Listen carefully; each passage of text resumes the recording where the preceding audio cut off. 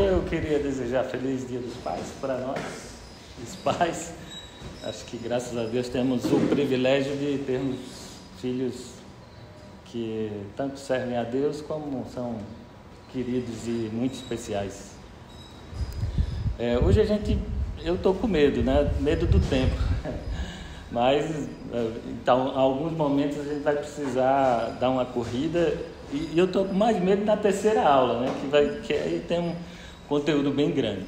Mas nós vimos na aula passada Moisés do palácio para o deserto e terminamos aonde? Quem estava na semana passada, quem lembra? Onde é que a gente terminou? Isso é tão triste para o professor. Mas vamos relembrar. Hoje nós vamos ver Moisés, lições do deserto. Na próxima semana, Moisés, instrumento da mão de Deus. E na última semana, Moisés liderando a construção da nação. Hoje nós vamos ter 4 tópicos, né? A introdução, a nova vida de Moisés, e experiências no deserto, que seria digamos o ponto mais importante de hoje, né? E o encontro dele com Deus, que vai dar o start para uma outra etapa. Os textos bíblicos eu tinha passado já, né, para vocês. E aí voltamos para a pergunta, né? Onde paramos na aula passada? Enquanto vocês vão pensando, já tiveram uns 5 minutos para pensar, né? Quando nós estávamos voltando para casa, Rose me fez não uma pergunta, mas uma colocação, né? Que Moisés foi preparado em toda a ciência, né, do Egito, como está registrado na Bíblia, e ele poderia ter sido o faraó. Dentro do plano de Deus, não teria sido melhor que ele fosse o faraó, né? Porque assim ele poderia libertar o povo sem problema, né? Sem ter todas as dificuldades. É uma pergunta muito, muito interessante, né? Mas eu estou fazendo questão de retomar isso porque é o que a gente pensa, né? E eu também pensaria do mesmo jeito. Houve a perseguição, a morte das crianças, a mãe teve que deixar no rio, parece que foi encontrado pela filha do faraó. Ele foi criado com toda a educação do Egito e tinha a possibilidade de ser um faraó, e aí facilmente estava resolvido o problema do povo de Deus, né? Mas é que Deus, e a gente vai ver o tempo inteiro nisso, ele não pensa como a gente, né? E então e até porque ele disse isso antes mesmo, até quando inicia o livro de Êxodo, e sempre a gente tem que ter essa consciência que é para a glória dele, a glória é dele, né? E o trabalho é dele, a gente é só instrumento. Então Moisés, como faraó, poderia ser usado como tantos outros líderes foram usados, né? Ciro, que nem era um governante, um homem de Deus, ele foi usado por Deus, mas não era esse o plano, né? Então, mas onde é que a gente parou na aula passada? Sim, pode ir. Eu lembro que tinha matado o Egito. Sim. Né? A pessoa tinha perguntado lá, quem constituiu, né? Juiz sobre nós e tal, ele até ficou meio decepcionado porque ele falou que estava se achando, né, já o líder do povo e tudo mais. Eu lembro que foi mais por aí. Mas com relação a essa sua colocação, inclusive esse período também, né, a Bíblia toda registra uma falta de fé muito grande da nossa parte. Né? Se ele fosse faraó, as coisas não seriam muito fáceis. Então ele faz essa dificuldade para mostrar que ele é Deus. Né? Em Gideão, eu lembro que ele tinha 22 mil, Deus falou, está muito, 10 mil, não, vai com 300. E ele fala, né, para você saber que foi na minha força, não você pensar que era na sua, né? Então ele faz essa dificuldade. E na próxima aula, nós vamos passar pelas 10 pragas e a gente vai entender isso mais transparente, de forma mais transparente ainda. Que poderia ser na primeira, poderia não ter nenhuma praga, poderia ter sido com Moisés, faraó. Mas não, Deus vai mostrando, e ele já tinha dito, vai ser pela minha poderosa mão. Vai acontecer. Coisa que mostra a onisciência de Deus. Deus conhece o coração do povo. Então, o que aos nossos olhos seria mais fácil, mas para Deus, Deus tinha que ele na realidade Tudo é para a glória dele. está trabalhando, né, com as pessoas e conosco, né, o tempo inteiro. Bom, paramos no poço, né, e inclusive eu disse assim, se você precisar, sente-se, mas sente-se ao lado do poço, né, porque o poço tem uma simbologia, né, porque o poço tem água, né, e nosso poço quem é? É Jesus, né, que é de onde flui o rio, que tem a água que, se quem beber dessa água, jamais terá sede, né? Então paramos no poço e é aqui que a gente vai continuar. Mas vimos então o nascimento de Moisés, toda a formação dele para ser faraó, aquele episódio que ele mata um egípcio, pensando que já estava dentro do plano, né? Mas ele é rejeitado pelo próprio povo, né? E perseguido por faraó, e ele tem que fugir 450 quilômetros. Quem fez esse trajeto já foi o nosso Abidênego. Depois ele conta aí detalhes, e não é um trecho muito fácil. Disse que estava de ônibus, aí não tem graça. Mas aqui é mais ou menos só para que vocês entendam, né? Moisés saiu ali ao Egito, né, que é o Mar Vermelho, e ele andou por aí, ninguém sabe qual foi a rota, né, mas ele veio parar aqui do outro lado do Golfo de Aqaba, já que hoje é a Arábia Saudita. Vamos rapidamente só pegar o texto bíblico, né, para que a gente se situe. Ora, o sacerdote de Midian tinha 7 filhas. Elas foram buscar água para encher os bebedouros e dar de beber ao rebanho de seu pai. Alguns pastores se aproximaram e começaram a expulsá-las dali. Moisés, porém, veio em auxílio delas e deu água ao rebanho. Quando as moças voltaram a seu pai, Reuel, que também é Jetro, este lhes perguntou: por que voltaram tão cedo? Elas responderam: um egípcio defendeu-nos dos pastores e ainda tirou água do poço para nós e deu de beber ao rebanho. Onde está ele? Perguntou o pai a elas. Por que deixaram lá? Convidem-no para comer conosco. Moisés aceitou e concordou também em morar na casa daquele homem. Este lhe deu por mulher a sua filha Zípora. Ela deu à luz um menino a quem Moisés deu o nome de Gerson, dizendo: sou imigrante em terra estrangeira.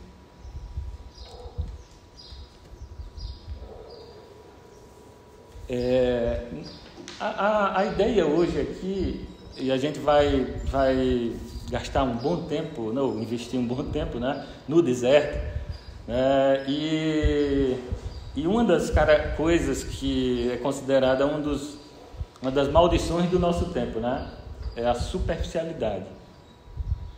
E a superficialidade é caracterizada pelo pragmatismo, pelo consumismo e pela falta de tempo. E para a gente entender o propósito do deserto nas nossas vidas, e como também foi na vida de Moisés, a gente precisa entender que ter esse diagnóstico, né?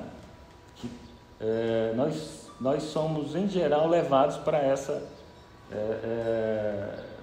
essa condição, né? E antes também de iniciar, eu coloquei aí no texto, né, um alerta, né? Nem tudo que ocorreu na relação de Deus com Moisés se aplica à forma como ele se relaciona conosco, né? Porque às vezes nós vemos muita coisa. Inclusive, há muito tempo atrás eu ouvi uma história que lá na Coreia o pessoal tinha saído de um culto muito fervoroso e tal, e o rio estava chovendo, o rio tinha enchido, e aí alguém sentiu de Deus que deveria atravessar o mar, o rio, passando por cima, né, como Jesus fez, e morreu todo mundo, né? Não sei se é uma história verdadeira ou é uma história falsa, mas nesse sentido que eu quero dizer. Às vezes a gente vê todo o trabalhar de Deus na vida de Moisés, e não esse período aqui é onde aconteceu mais milagres, né? Onde Deus operou de forma mais maravilhosa. mas não quer dizer Deus, mas Moisés estava dentro de um plano específico de Deus, né? Então a gente não pode estar comparando, né, nossa relação com Deus com a de Deus com Moisés. Que ele vou para o monte para ouvir, né? Tenho que ouvir a voz, né? E etc e tal, né? É uma relação diferente, então é preciso a gente entender essa especificidade. Eu também coloquei aí um trecho da Galeria dos Heróis da Fé, que é referente a Moisés, né? Hebreus 11, 24 e 26. Pela fé, Moisés, já adulto, recusou ser chamado filha do faraó, preferindo ser maltratado com o povo de Deus a desfrutar os prazeres do pecado durante algum tempo. Por amor de Cristo, considerou a desonra riqueza maior do que tesouros do Egito. É uma expressão muito bacana, muito bonita, né? Considerou a desonra riqueza maior do que os tesouros do Egito, porque contemplava a sua recompensa. E fala conosco, né? Muitas vezes a gente está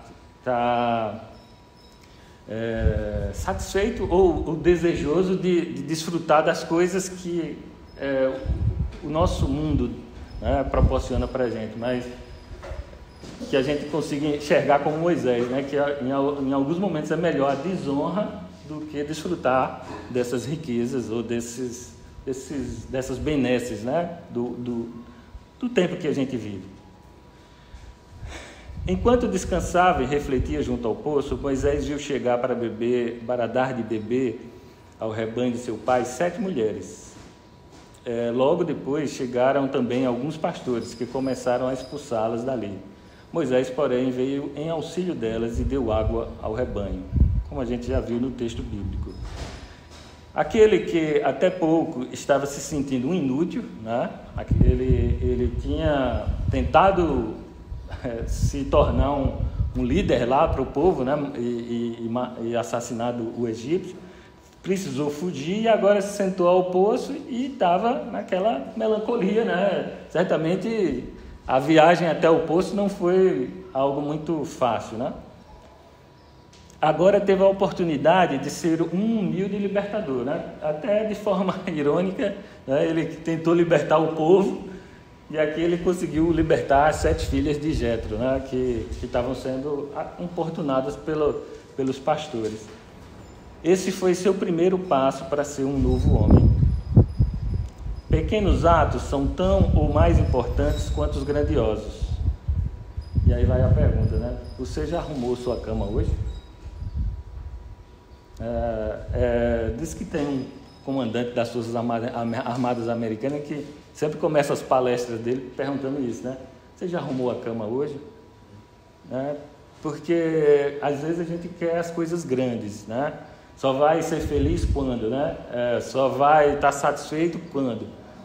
Mas tudo começa do primeiro passo. Toda jornada começa do primeiro passo. E ali, nessa nova vida, Moisés começou libertando as filhas de Jetro da importunação de alguns pastores, porque eram mulheres, né? Então os homens tinham naquela sociedade, né, uma prioridade. E certamente isso já começou a fazer diferença, né, para aquele que tinha chegado ali destruído, né, emocionalmente destruído. E arrumar a cama também todo dia vale para qualquer um de nós, porque a gente precisa de realização. E o fato de você ter conseguido fazer uma coisa, a mais simples que seja, né, faz a diferença no dia. E quando a gente se sente sem realização, então simplifique, né? E a gente vai ver isso, o deserto ajuda isso.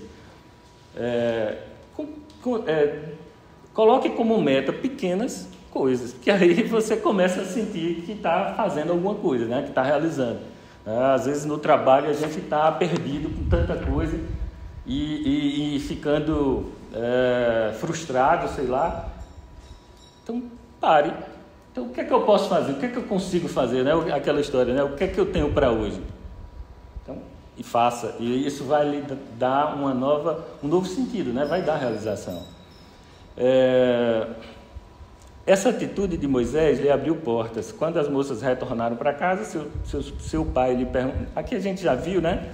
Enfim, não só o gesto foi bom para Moisés, no sentido de melhorar a autoestima, mas ele teve o direito, conseguiu ir almoçar na casa, ir fazer uma refeição na casa das moças, foi convidado para morar com aquela família, e além disso, ele conseguiu a esposa, né? Porque eu distraí aqui, ele conseguiu a esposa, que foi Zípora, e que lhe deu 2 filhos, né? Aí acontece uma coisa interessante, que daí em diante Moisés tornou-se pastor de ovelhas. E pastor de ovelhas, para quem era o príncipe do Egito, é nada, né? É nada.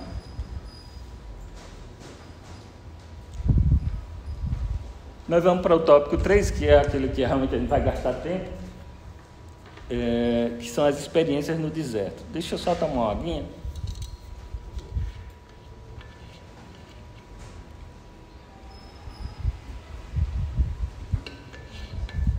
Tudo bem até aí?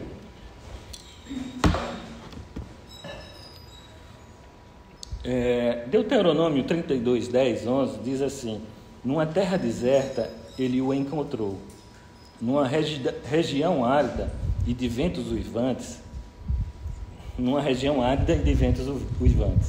ele o protegeu e dele cuidou, guardou como a menina dos seus olhos, como a águia que desperta a sua ninhada, paira sobre os seus filhotes, e depois estende as asas para apanhá-los, levando-os sobre elas. Deuteronômio 32, 10, 11. Deuteronômio foi escrito pelo próprio Moisés. E aqui parece um texto bem poético e muito de uma experiência pessoal, apesar dele estar se referindo ao próprio Israel, né? Mas certamente é parte da experiência de Moisés no deserto, né? Toda essa forma poética que ele descreveu como Deus cuida, né? De qualquer um que esteja no deserto, né? No caso aqui ele estava se referindo ao povo de Israel, né? Como também certamente estava se referindo a ele, que foi os sentimentos que ele teve ali nessa experiência toda que ele vai ter. Deus tem uma escola. Estou me referindo à escola de Deus no deserto. Essa é uma frase do Charles Swindoll. No meio tem um bocado de outras coisas, né? E entender isso é fundamental para esse processo de busca da maturidade cristã, da plenitude cristã, né? da nossa vida, que Paulo chama, né? A estatura de varão perfeito. Porque o deserto ele é a escola que Deus usa para esse aperfeiçoamento, a universidade de Deus, né? Acredito que você já percebeu isso. Quando Deus quer nos ensinar algo importante, Ele nos leva para o deserto. O termo hebraico para deserto é midbar. E o meu hebraico é 0, né?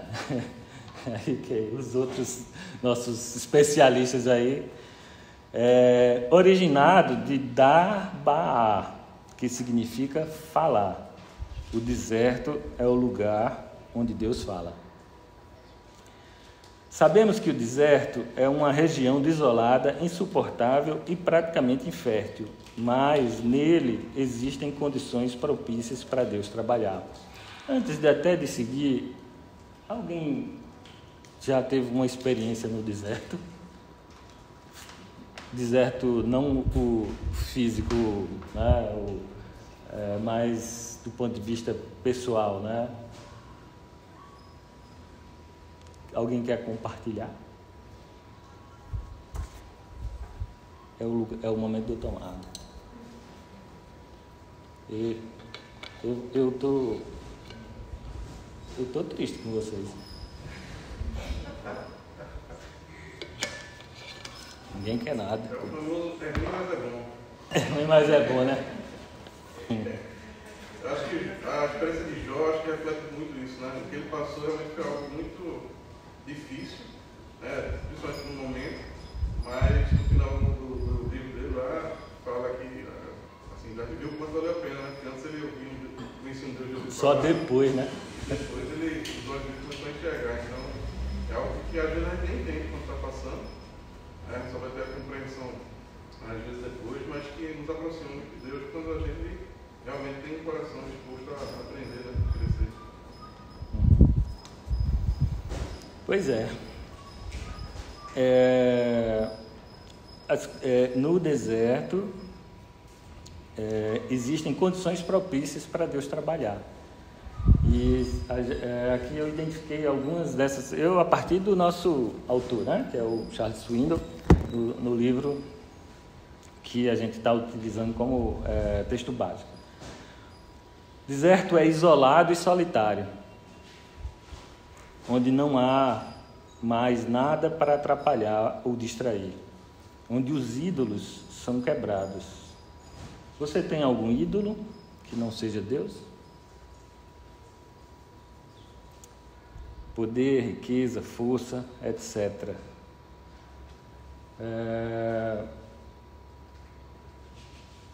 E é certamente por isso que muitas vezes Deus nos leva ao deserto, né?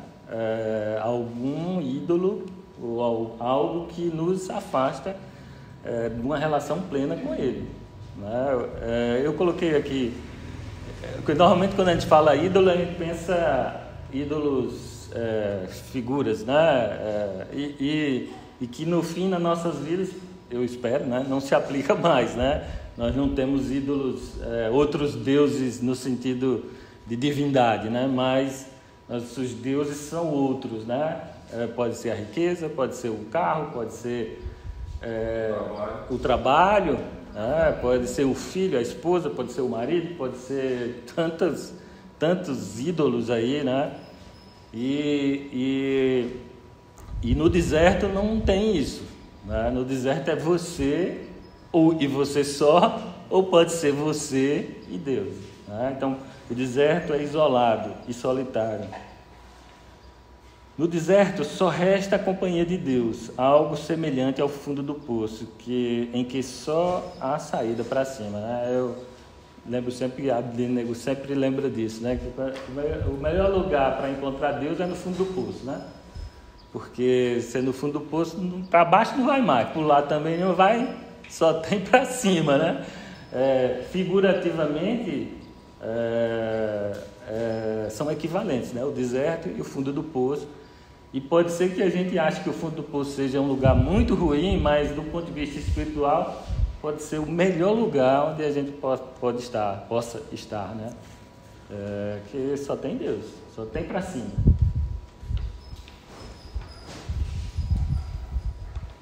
O deserto é um lugar com poucos recursos, onde, portanto, somos despojados de todas as coisas confortáveis, para descobrir que não necessitamos delas para viver. Moisés cresceu ao lado do majestoso rio Nilo, já em Midian a água é no luxo, né? Então, imagine Moisés que cresceu com todos os recursos, todas as condições, né, materiais disponíveis, inclusive numa nação, na época, a maior potência né, que existia, todo o conhecimento, toda a abundância de água, de alimento, né? Nós vimos lá com José 400 e tantos anos antes, né? Como o Egito foi, né, a nação que sustentou toda a humanidade praticamente, né, se pode dizer assim. Mas já no deserto não é assim, né? E para Moisés não foi assim. Ele deixou de ser príncipe para ser pastor de ovelhas. E não era só pastor de ovelha, não. Era pastor de ovelhas do sogro, né? Ou seja, ele não tinha nada, né? Era do sogro, né? E então o deserto, ele com os poucos recursos, ele nos leva a aprender a viver na simplicidade. Esse é também um desafio, né, do tempo que a gente está vivendo. Porque a gente é impulsionado à grandeza, né, à quantidade, né, e deixa de ter a condição de perceber as coisas simples, né? É o pôr do sol, é o nascer do sol, é a chuva, é uma flor, pode ser só a flor do campo, mas pode ser aquelas flores que você tem no seu jardim, sei lá. Mas a gente, né, e o deserto não, ele tira tudo. Por favor, eu fico tão feliz. Vou fazer um spoiler então. Porque essas observações são tão importantes. O texto que a gente vai estudar hoje sobre ansiedade é quando Jesus fala: olha os lírios do campo. E ninguém está vestido como eles para lidar com a nossa ansiedade. Quer dizer, na simplicidade a gente pede observações que destacam a natureza de Deus para o nosso cuidado. Isso, perfeito. É isso. Esse é um exercício, né? E eu digo um exercício espiritual mesmo, para todos nós. Nós temos sido desafiados, porque o mundo que vivemos, ele é repleto de coisas, né? Como eu disse, a superficialidade não é uma opção. Porque é tanta coisa que a gente fica superficial. E o grande segredo é você começar a tirar, né? O que é importante mesmo, né? O que é essencial, né? E buscar uma simplicidade. E talvez, nessa questão aí, talvez responda também a primeira pergunta, a pergunta que Rose fez. Sim. Né? Moisés talvez precisasse passar por tudo isso, descer do pedestal dele, vir para essa condição. Não tenho dúvida. Para ele se tornar o líder que ele se tornou. Né? Saber valorizar o mínimo. Né? Porque ele vivia toda uma ostentação, né? No palácio, era tudo coisa, tratamento de Deus. Era só os estalos, né? Quero isso, quero aquilo. Mas é todo um conjunto de coisas, né? Para que ele estivesse pronto. Né? E a gente vai ver, né, que é isso que vai dar a ele essa condição. O deserto é um lugar silencioso, em que se pode ouvir a si mesmo e principalmente a voz de Deus. Né? Ouvir a si mesmo é importante, né? A gente precisa ter o autoconhecimento, mas ele não é suficiente, né? Porque também a nossa consciência ela tem os vícios, né? E a gente então precisa ouvir a voz de Deus. E o deserto é perfeito, tanto do ponto de vista deserto lá, o local geográfico, como também um deserto na nossa vida, né?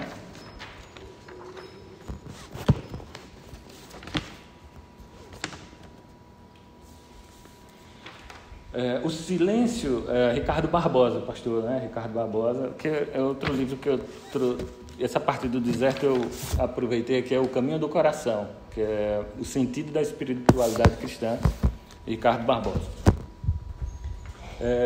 O silêncio para os pais do deserto significa não apenas o não falar, mas também uma postura diante de Deus e de nós mesmos.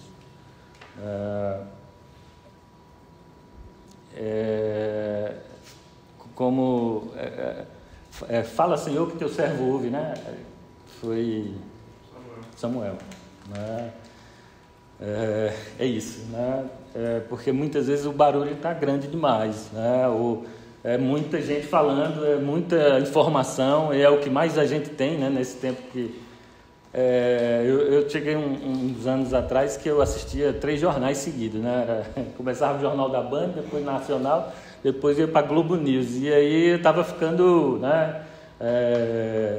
Porque é muito barulho, é muita coisa ruim, né? E aí você tem que ir diminuindo, né? Tirando, né? E tem dia que eu nem tenho assistido o jornal para não... Mas para cada um sabe qual é o silêncio que precisa, né? Deserto permite a obscuridade, onde o que temos e somos não tem valor. No caso, somos aqui não é o ser, né? Mas o somos o... Moisés era o príncipe do Egito, né? Então, no deserto ele não era nada, ele era o pastor de ovelhas do sogro, né? Ou seja, nada. Ou era, né? Talvez ali ele foi realmente o que ele precisava ser, né? Talvez não, com certeza, né, era isso. E é isso que a gente precisa entender. Moisés aceitou ser pouco conhecido, apacentava o rebanho do sogro. Deserto é lugar onde o tempo passa devagar e se aprende a ser paciente. Um ativista impaciente como Moisés precisava de alguns anos no deserto para desacelerar. Deus sabe quanto tempo você precisa no deserto. Moisés, ele teve 40 anos, né? Uma coisa interessante que eu acho, eu já falei, né, Moisés para mim, depois de Jesus, é o personagem mais expressivo assim, da Bíblia. E uma coisa que me chama a atenção é que foi até uma lição assim, para a minha vida, porque teve um momento na minha vida que eu queria ser algo que Deus não queria que eu fosse, entendeu? Que eu tivesse um conhecimento talvez intelectual mais do que Deus. Não, cara, eu quero que você fique nesse nível aqui, entendeu? E Moisés, eu acho que no momento ele almejou, então quis, naquele momento da transação, e aí ele se conscientizou, e ele fez um chamado dele mais na frente, né? E que não, aqui eu estou, né? E não necessariamente é uma visão medíocre, né? É uma visão de você se encontrar onde Deus realmente quer que você fique. No centro da vontade de Deus. Não é no ambiente acadêmico que eu quero, às vezes é ali no sentido, né? E você tem essa convicção, né? Onde Deus quer que você esteja. Outra coisa que é interessante. Pode ser que para alguns seja ser PhD, mas para outros seja conhecer a realidade, a prática, estar junto, né? Estar lá no chão de fábrica, né? Como a gente diz. Quando você falou ali em obscuridade, você tem em contrapartida que o deserto, o sol sempre é quem brilha mais, então a obscuridade está onde? Está dentro de nós, está dentro de cada um de nós. E o deserto traz para a gente essa luz que vai dissipar essa nossa obscuridade. Eu acho fundamental, porque eu gosto muito de sol. Eu amo o sol.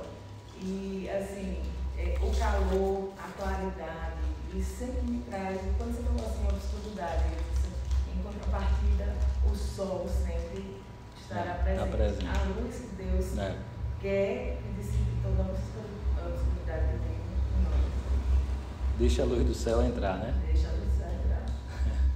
Abre bem a porta do teu coração, deixa a luz do céu entrar. Mas é bem exemplificado, bem simbólico.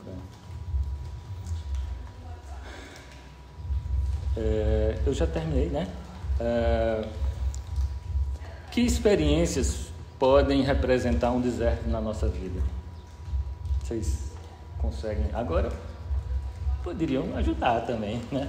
Apesar que eu já tive pelo menos 3 participações, né? Rebeca já olha para o outro lado assim. Não é para o meu lado, não. Eu entendo que esse deserto ele vai não só da coisa mais profunda, mas da coisa mais simples também. Até às vezes nas mínimas decisões que você tem que tomar na sua vida, são expostas para você 2 opções.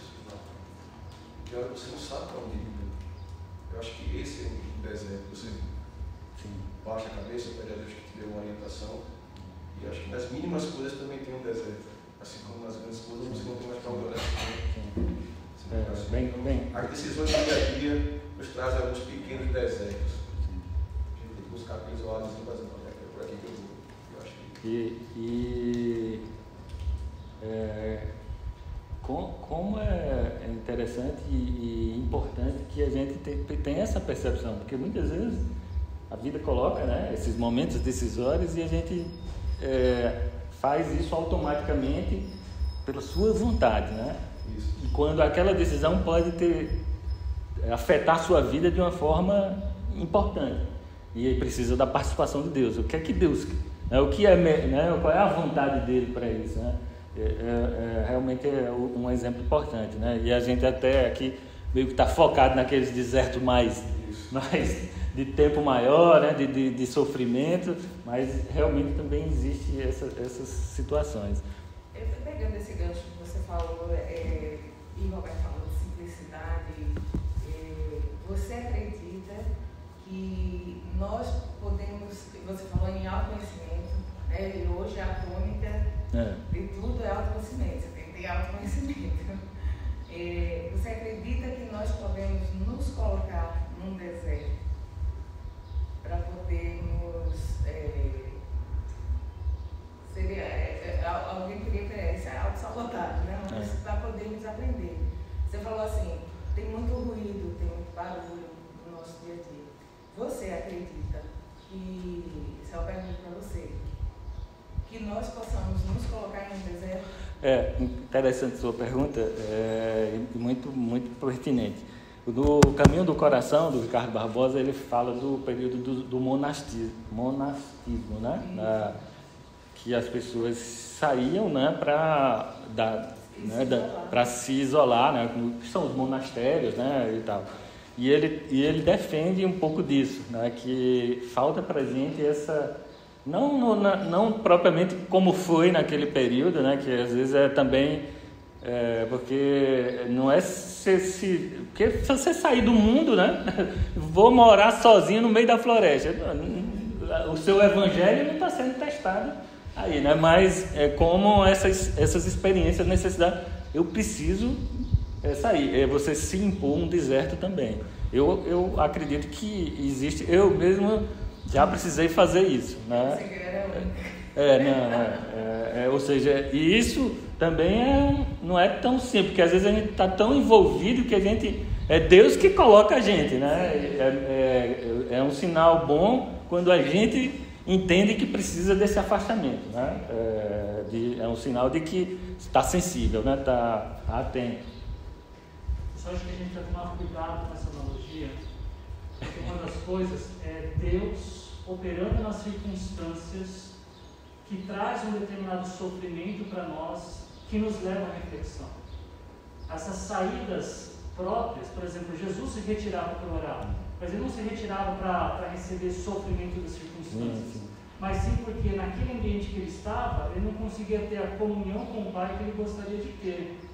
Então eu também acho que não é só acho, tenho certeza que nós precisamos nos retirar e nos colocar. E aí que fica perigoso a palavra deserto, porque deserto vem o sentido de que as circunstâncias estão operando para o meu sofrimento, e a gente não faz isso. Como cristão, eu não me coloco em sofrimento para refletir. É porque eu refleti, eu me coloquei nessa posição, né? Então acho que é esse o cuidado que a gente precisa ter. Mas aí na realidade eu não falei deserto em termos de sofrimento. Eu falei de afastamento, né? Se você voltar ao slide, ele fala: o deserto é um lugar onde você está sozinho, você e Deus, isolado, onde você pode ouvir a voz de Deus, onde você o tempo passa mais devagar. Então nessa vivência que a gente tem dia a dia, esses barulhos, esses ruídos atrapalham a gente nisso. Então foi excelente quando Isabel disse aí, Jesus se retirava para orar, porque aquele local onde ele estava não permitia isso aí. Então quando eu falo assim, você crê que a gente pode se colocar num deserto? Nesse sentido, a gente se retirar, não fisicamente, mas se retirar. Até fisicamente. Sim, até fisicamente. Mas nem sempre fisicamente a gente vai poder. Né? Não, a diferença aqui, e foi bem colocado, porque é uma tentação, né? Isso. É a questão do sofrimento, ou seja, você se impor sofrimento, né? Porque aí é outra coisa. Existem, inclusive, religiões e até no cristianismo mesmo, gente que acha que tem que se automutilar, autoflagelar. Não é isso que a gente está falando. Da questão do barulho. Sim. Dessa dinâmica da vida, né? Que fugiu a palavra. Que a gente fica sufocado mesmo. Tem um filme cristão chamado Quarto de Guerra. Eu acho que ele remete muito a essa questão, né? Tem vários momentos em que ele sai, ele vai pro quartinho lá, ele senta lá e para. E se ele não parar para fazer aquilo, as coisas não fluem muito bem. Acho que seria mais ou menos isso que o Carlos está falando. Opa, agora estou conseguindo. A Clécio agora também vai. Nesse sentido que está sendo colocado, acho que o negócio é retiro, né? Um retiro, né? Sim. Nesse sentido de parar para conversar e ter intimidade com Deus. Sim. Colocando nesses termos, até o que Jesus fez foi um retiro. Agora, o retiro do deserto é um pouquinho mais difícil. Só um pouco. Sim. Eu tenho um exemplo bem pessoal, não sei se vai ajudar, mas eu lembro quando eu engravidei e tive que tomar uma decisão entre voltar para o trabalho ou ficar em casa cuidando dos meus filhos, né? Nem todas as mulheres vivem isso, mas eu vivi, para mim foi um deserto, porque eu entendi o que Deus queria para mim, mas eu não queria. Né? Assim, aquela questão da independência do trabalho, né, da minha vida, realização profissional, para mim foi muito duro. Desafiadora. Né? Eu estava indo para o seminário, foi o ano que eu cheguei no seminário, então foi um lugar de deserto porque eu cresci com o Senhor. Né? Ele me trouxe o entendimento e que a minha família também era meu trabalho, também era meu ministério, e foi doloroso. Eu chorei muito, né? É por isso que foi deserto. Isso, eu tive vários dias de botar o joelho no chão, Senhor, o que tu queres para mim, né? É isso que tu queres para mim, então me ajuda a aceitar, entender e receber com alegria aquilo que tu queres para mim. Então, várias pessoas têm, né? Nós passamos por desertos diferentes, mas eu acho que faz a gente entender que realmente é um deserto é quando você sai daquela experiência mais forte com o Senhor, mais perto de Deus, você entende que foi Ele que trabalhou na sua vida, foi Ele que te levantou. Porque senão a gente leva para essa é como se fosse uma outra religião, né? Que as religiões orientais, ela tem isso como uma coisa, um padrão, né? Não é isso. Não é para dor, não preciso me machucar, não, é você entender que foi o Senhor que trabalhou na sua vida, né? Tem que ter Deus nesse deserto. Isso. Né? Vou pegar o gancho da Tássia, né? Eu nunca tinha me atentado a isso pela primeira vez. É interessante que, né, a gente deu a história aqui de Moisés expulsando os pastores que importunavam as moças, as filhas, né, de Jétro. E quando ele fala assim, quem é esse homem? É um egípcio que nos ajudou. O que eu ia dizer, parece que o deserto, é o que a Tássia está dizendo. No deserto, a gente recupera a identidade, ou a gente avalia a nossa identidade, a ponto de, no final da história, Deus enviando Moisés como representante do povo de Deus. Ele fala, e no começo ou no meio do capítulo 4, ele fala assim, ora, o Senhor tinha dito a Moisés em Midian, volte ao Egito, pois já morreram todos os que procuravam matá-lo. Fala para ir para os seus parentes. Os egípcios não são os verdadeiros, né? Depois, mais para frente, vai falar que porque escolheu Israel como primogênito filho. Quer dizer, esse tempo no deserto deu a Moisés a condição de refletir na identidade dele enquanto servo do Senhor. Alguém que conhecia desde de infância, né, pelo seu próprio povo. Porque senão só gera mais uma experiência, né? Uma experiência bem humana, né? Eu passei por isso, sou resiliente, consegui e tal. Tá, vamos lá, próximo. Não, né? Eu acho que o deserto é onde você se quebranta, encontro com Deus. Sai dali transformado, restaurado. Eu olhei para o relógio e fiquei agora desesperado, mas sabe aí. O deserto ele tem esse lado terapêutico, esse lado positivo que já foi falado aqui, da pessoa depender de Deus, dela se ver desarmada, dela ter uma experiência de olhar para cima, mas também tem um lado negativo. O lado negativo é que o nosso coração ele começa a ter incredulidade, reclamação, e começa a duvidar de Deus quando as coisas não acontecem do jeito que a gente está querendo. E o resultado, aquele terrível deserto ali, é que o povo, dos que saíram, quantos entraram? E por que eles não entraram? Murmuração, reclamação. Então o deserto ele tem esse lados, né? Hoje em dia, lá, uma caminhada dessa, o pessoal indo de ônibus com tudo do bom e melhor, mesmo assim o pessoal reclama até de. Então a gente tem que estar atento para quando a gente estiver enfrentando um deserto, a gente tomar cuidado com incredulidade. Porque o deserto ele tem esses dois lados. Né? Se pode tirar o pior de nós, né? Não o melhor. Né? Pior, mais ainda. volta a questão que Isabel falou.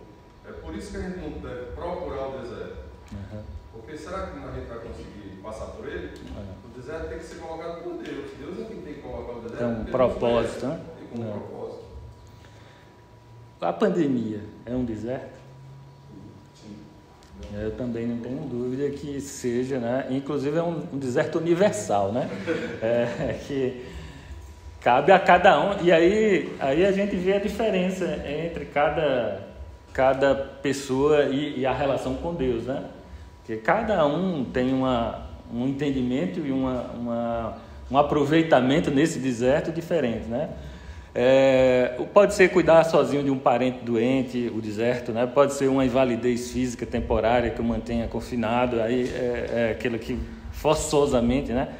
Uma dor que aflige sua alma, né? Um fracasso, uma calúnia, uma traição, etc. Ou seja, existem diversas formas de você ser levado ao deserto. No início do ministério de Corrie ten Boom, aí eu relembrando nossa série de missionários, né? Corrie ten Boom disse a Deus que estava disposta a tudo para realizar o trabalho missionário, né? Que Deus usasse, né? E aí só que as coisas não foram, né? Foram piorando, né? Mas na prisão, após a morte do pai, de ser afastada da sua irmã, orou surpresa. Mas Deus, eu não sabia que tinha que ficar sozinha. Porque na hora que a gente diz, eu quero, eu vou, me usa na tua obra, né? Mas pode ser que em algum momento, né, você vá se sentir sozinho, né? E faz parte. Charles Swindoll ensina 3 respostas possíveis à experiência do deserto. Aí vai ao encontro do que Abednego falou, né? Primeira resposta é: não preciso disso, né? Orgulho. Né? Para que isso, né? Comigo. A segunda possível é: já não aguento mais. Desespero, na verdade, é falta de confiança mesmo, né? Como a pandemia, como os desertos na vida, Deus só quer uma coisa, né? Ou duas, né? Uma é confiar e a outra é obedecer, né? Ou seja, eu estou tirando tudo. Você vai continuar confiando em mim? Jó foi isso, né? Nem porque Deus queria, né? Foi testado ali, né? E foi tirando.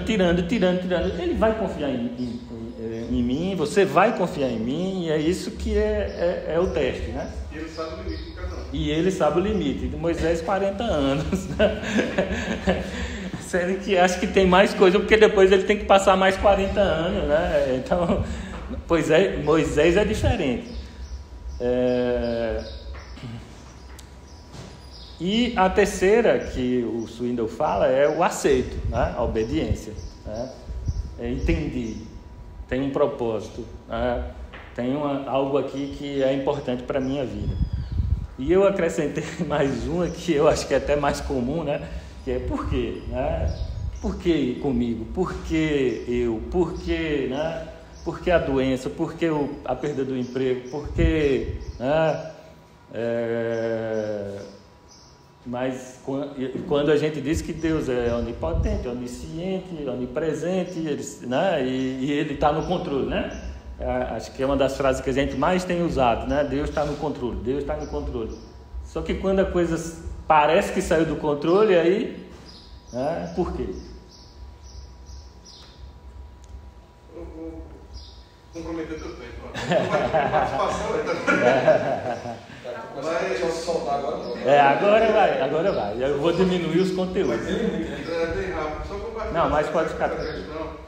Que você falou aí, sexta-feira, né, a gente foi no estudo lá no Riachão, e eu estava trazendo fantástico. Foi um dia assim que eu. Aconteceu coisa durante o dia na semana também, né? E no dia especificamente, que tudo estava indo contra ter o estudo, né? Mas eu disse, não, vou lá, né? O tempo também estava meio fechado, até uma pessoa de lá mandou mensagem, tá chovendo, vai vir? Eu disse, não, estou saindo daqui agora, né? E pai, beleza, já fui com isso na cabeça. Chegando lá, a moça que tinha a chave da escola, que abre o mesmo faz o estudo, ponto, não vai dar. Só que aí o pessoal chegou, a gente armou lá os dados no muro da escola, lá de fora, e a gente conseguiu, né, dar tempo do estudo lá, mas no final, né, tinha acabado, aí começou a chover. Por quê, né? Né? Mas são coisas assim, poxa, né, eu estou aqui, né, fazendo tudo dando errado. Exato. Eu fico imaginando assim, às vezes. Mas na realidade o errado de Deus, o errado pra gente é o certo de Deus, né? E às vezes a gente tem aquela lógica de que fazer o verdadeiro é porque tudo perfeito, tudo né? Mas ele tem a maneira de fazer as coisas, de nos ensinar. Vamos para as respostas aqui, né? Por que Deus nos leva aos desertos? Aí eu separei um trecho de Moisés mesmo, né? Em Deuteronômio 8:2, que diz assim: lembre-se de como o Senhor, o seu Deus, os conduziu por todo o caminho no deserto, durante esses 40 anos, para humilhá-los e pô-los à prova, a fim de conhecer suas intenções, se iriam obedecer aos seus mandamentos ou não. Ou seja, é uma resposta. Moisés tinha entendido já há um bom tempo isso, né? E ele aqui, já 40 anos depois, 80 anos depois que ele estava no poço, né? Ele estava escrevendo para o povo, né? Dizendo isso.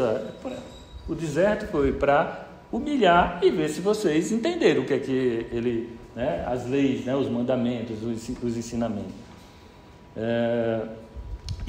O deserto acontece para que ele possa nos tornar humildes, nos testar e revelar o verdadeiro estado do nosso coração.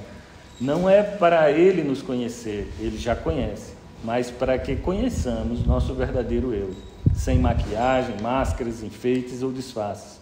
No deserto você aprende a fazer coisas que nunca sonhou, aprende a tolerar inconveniências e a suportar a situação. Aprende a aceitar circunstâncias que nunca imaginou que viessem a fazer parte da sua vida.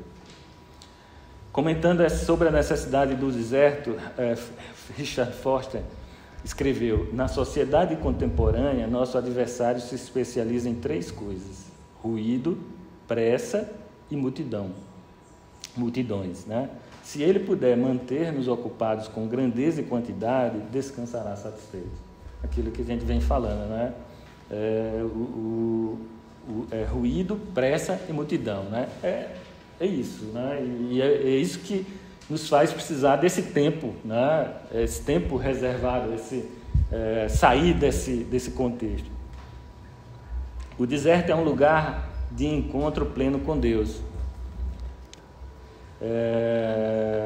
Alguns passam ali umas poucas semanas, outros ficam ali meses. Moisés individualmente passou 40 anos, pois Deus precisava quebrar várias cascas, né, até chegar à sua essência. Ali aprendeu a repousar e confiar em Deus. O deserto é uma experiência espiritual, pedagógica e libertadora. Só se está pronto para sair do deserto quando se aprende a confiar e obedecer a Deus. Eu trouxe aqui um poema que o Swindoll colocou, né? Destacou, eu achei muito bonito, que diz assim: a dor bateu em minha porta e avisou que viera para ficar. Embora lhe pedisse para que fosse, ela entrou. E como minha própria sombra me seguiu, de sua espada certeira, penetrante, em momento algum fiquei livre. Certo dia, então, alguém mais bateu gentilmente à minha porta. Respondi: não, a dor está comigo. Não há espaço para mais nada. Sua voz terna se fez ouvir: sou eu, não tema. Desde o dia em que entrou, tem um W aqui que está errado. Desde o dia em que entrou, que diferença ele fez. Martha Snell Nicholson. Você me ajude aí, né? Esse domínio aí já. O encontro com Deus. Eu não vou nem ler o texto bíblico. Mas o encontro é bem conhecido. Inclusive eu mandei um videozinho, né? de Moisés com Deus, diz assim: 40 anos depois, começamos lá no poço, 40 anos depois, depois do fracasso, Moisés já havia se conformado com seu destino, entre aspas, ser pastor de ovelhas do sogro. Não esqueça. Considerando tudo que havia aprendido e conquistado como príncipe do Egito, podemos dizer que agora ele era um verdadeiro Zé Ninguém. Certo dia, Moisés levou o rebanho do sogro para pastar no outro lado do deserto e chegou ao Monte Horebe. Então aconteceu algo inusitado e extraordinário. Apareceu uma chama de fogo que saía do meio de uma sarça, mas esta, porém, não era consumida. Moisés pensou: que impressionante!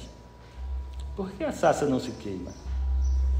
Vou ver isso de perto. Isso aí é a produção do texto bíblico. E eu fiz questão porque é o detalhe, né? Ou seja, é algo que chamou a atenção mesmo de Moisés, que ele mesmo registrou, né? Antes que chegasse muito perto do meio da sarça, Deus o chamou: Moisés, Moisés. Êxodo 3, 1 a 4. Surpreendentemente, Moisés respondeu: eis-me aqui. Parece que a voz de Deus não era tão estranha para ele, porque ele não demonstra, pelo menos o texto, né, que ele se assustou. Ou seja, parece que ele já tinha uma intimidade ali com Deus, né?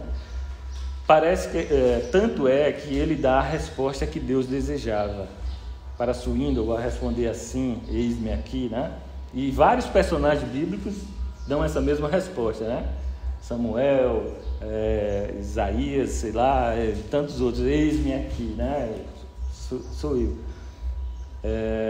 Demonstrou humildade, sensibilidade e disponibilidade. Será que é essa a resposta que a gente tem dado a Deus, né? Deus continuou: não se aproxime, tire as sandálias dos pés, pois o lugar em que você está é terra santa. O termo hebraico traduzido como santa significa literalmente separado. Não era o fogo que era santo, não era a sarça que era santa, era a terra que era santa, mas era santa, também não era a terra que era santa. O que era santo? Deus, né? A presença de Deus era santo porque Deus estava ali. Não adianta pegar um pouquinho daquela terra, né? Não sei se a Abdena subiu, né, o Monte Sinai, não sei se ele trouxe uma terrinha lá. Trouxe para vender, né? R$10. 10 gramas.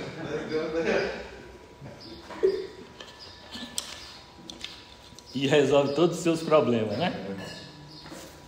Vocês veem que um período que o pessoal usou a arca, o objeto da arca, apesar de representar a presença de Deus, mas naquele momento eles queriam ganhar dos filisteus usando a arca como. E Deus falou: o amuleto. Você não tem que ter fé na arca, é em mim, né? Por isso que ela nem existe mais, né? Pode até existir, mas graças a Deus não está aí, porque se tivesse. Será que é porque venderam o pedaço de cartão? Pode ser. Então Deus se apresentou: eu sou o Deus de seu pai, o Deus de Abraão, o Deus de Isaac, o Deus de Jacó. Mais uma vez mostrando que Moisés sabia quem era Deus, né? É uma apresentação assim que é fantástica, né? Eu sou o Deus dos seus pais, né? Ou seja, não sou desconhecido não, você me conhece. Deus de Abraão, Deus de Isaac, Deus de Jacó, e isso aí Deus vai fazer isso o tempo inteiro, né? Sempre vai fazer essa referência, ou seja, você me conhece, né?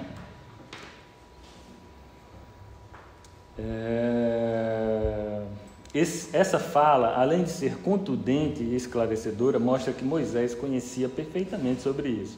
Sua reação e atitude foi de absoluta reverência e respeito. Cobriu o rosto, né? Tá escrito lá. E aí veio a bomba, né? Deus completou: agora vá, pois agora eu o envio ao faraó para tirar do Egito o meu povo, os israelitas. E aí eu coloquei entre parênteses, né, talvez eu tivesse pensado assim, né? Quem sabe Moisés tenha pensado: esperei tanto tempo por uma resposta, Passei tanto tempo comendo somente migalhas, porque só agora, Senhor.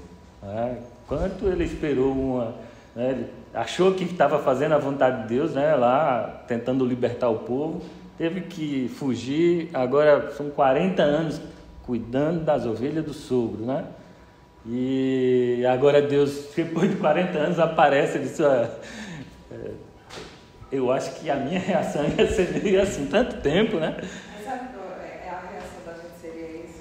Pelas 3 coisas que você falou antes. Hoje a gente vive a ansiedade da rapidez, do instantâneo.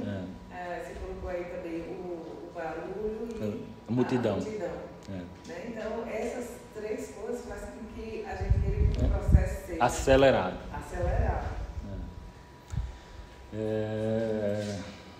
Moisés resistiu e ele faz 5 questionamentos a Deus, e cada um tem um propósito, Primeiro lá 3:11 diz assim: quem sou eu para apresentar-me ao faraó e tirar os israelitas do Egito, Quem sou eu na fila do pão, Como, usando a linguagem de hoje, A segunda é: quando eu chegar diante dos israelitas e lhes disser: o Deus dos seus antepassados me enviou a vocês, e eles me perguntarem: qual é o nome dele? Que lhes direi? E a terceira: e se eles não acreditarem em mim, nem quiserem me ouvir e disserem: o Senhor não lhe apareceu? E a quarta é: ó Senhor, nunca tive facilidade para falar, nem no passado, nem agora que falastes a teu servo. Não consigo falar bem. E a quinta foi: Senhor, peço-te que envies outra pessoa. Qualquer semelhança, com às vezes as nossas respostas, Todos esses anos no deserto fizeram de Moisés um homem humilde, mas inseguro. Porque a primeira pergunta é até de humildade, Quem sou eu, para apresentar-me a Faraó? Deus respondeu pacientemente a cada um desses questionamentos, exceto ao último. Deus ficou irado, no último. Inclusive com sinais milagrosos, sendo que sua resposta mais importante foi dada lá na primeira pergunta. Quem sou eu para apresentar-me ao faraó e tirar os israelitas do Egito? Ele diz: eu estarei com você. Confie em mim. Eu não estou dizendo para você ir? Eu estarei com você. E inclusive diz o nome dele, Eu sou o que sou. Que sou porque eu sou, É uma coisa, eu nem consigo expressar o que é ouvir de Deus dizendo isso, basta, eu sou, Não precisa mais, não tem. E às vezes a gente não entende isso, Não entende isso. Se fosse às vezes era bom. Se fosse às vezes era bom. Estamos terminando.